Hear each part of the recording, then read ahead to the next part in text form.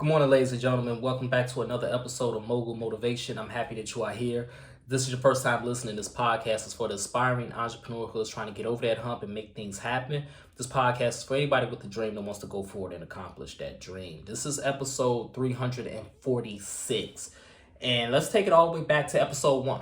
So whatever platform you're listening to this podcast on, whether it's Apple Podcasts, Spotify, iHeartRadio, or YouTube, scroll all the way down to the bottom of the feed. You will see it. Very first episode of Mogul Motivation, When versus If. That was 2016. And on that episode, I talked about how words are powerful, right? I came out the gate on this podcast talking about words and language and how powerful it is and how we have to be cognizant of what we say. Words are powerful. And when you say things like, if it works out, or if I get the car, or if my business succeeds, or if I pass the test, when you say things like that, when you use the word if, you're leaving room for failure. You're still allowing your doubt to have power over the energy and the atmosphere around you when you use the word if.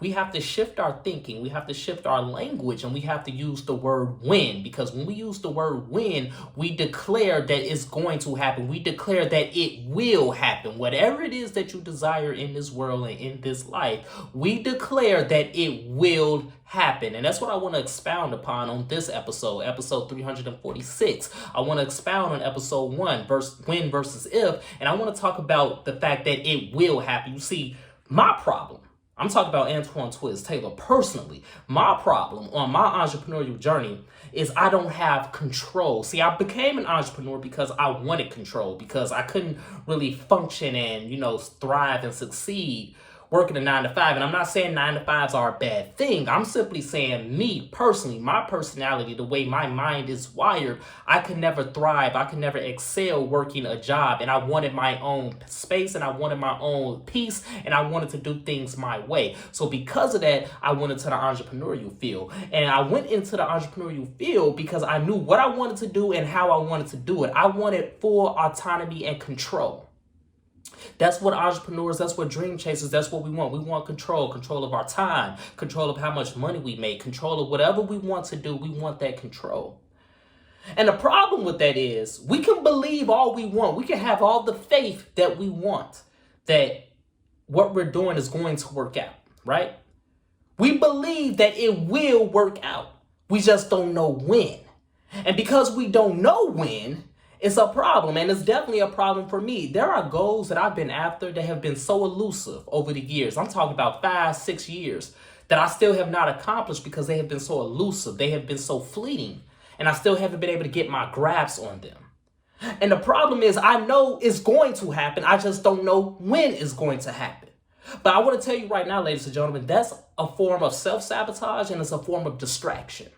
Because you have faith that is going to happen, but you continue to focus on when it's going to happen because you lack control. As long as you do everything that you can control, as long as you do your duty the best and leave unto God the rest, everything after that is not on you. If you really have faith, if you really have that undeniable conviction that what you are doing, this business you're building, this goal you're after, whatever goal or accomplishment that you want to desire and accomplish and bring it to your life and make it a reality, you have to believe that it will happen and leave that belief to that. Stop focusing on when. So yes, when versus if is huge. Don't say if because you're leaving room for doubt. You're leaving room for failure. You're second guessing yourself. Say when it happens, right? But don't focus on when it's going to happen. Just know that it will happen, and you got to continue to do what you can do in the meantime. That is the message this morning that I have for you and that I have for myself, because we are so distracted about when. When is it going to be tomorrow? Is it going to be next week? Is it going to be next month? But like I said, at any given second, on a couple episodes back, at any given second, everything could change.